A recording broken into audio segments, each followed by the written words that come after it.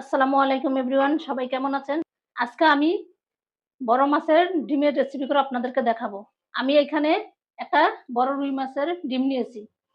এখন এখানে আমি ভালোভাবে পরিষ্কার করে নিয়েছি।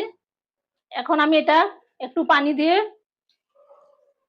ভালোভাবে কষলিয়ে এটা যে যে উপরে একটা আবরণ আছে এটা আমি ফেলে দিব এভাবে। এভাবে চটকিয়ে নিব হাতে।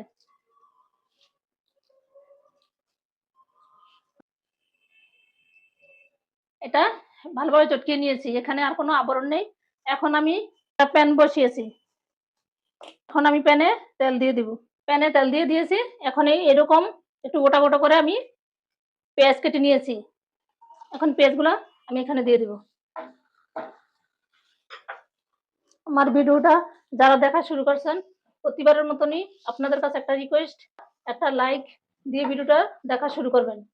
এক টুকরো তেজপাতা, একটা দারচিনি আর ২টা এলাচ দিয়ে দিছি, যাতে ডিমের যে একটা গন্ধ থাকে কাঁচা, ওই গন্ধটা যাতে না থাকে। এখন এখানে আমি ১ চামচ আদা বাটা আর রসুন বাটা দিয়ে দিলাম।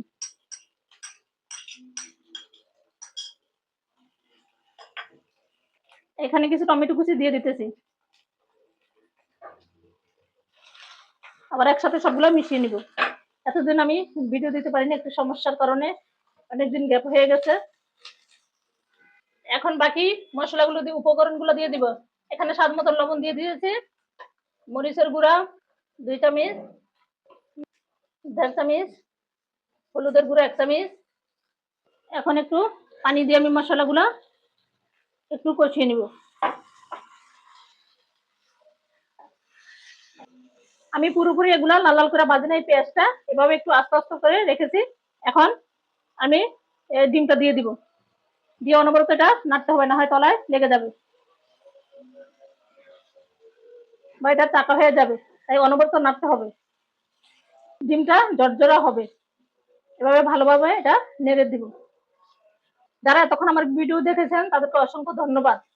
নতুন বন্ধু, পুরনো বন্ধু, নতুন বন্ধু যারা আমাকে সাবস্ক্রাইব করেন নাই, প্লিজ সাবস্ক্রাইব করে আমার সাথে থাকবেন।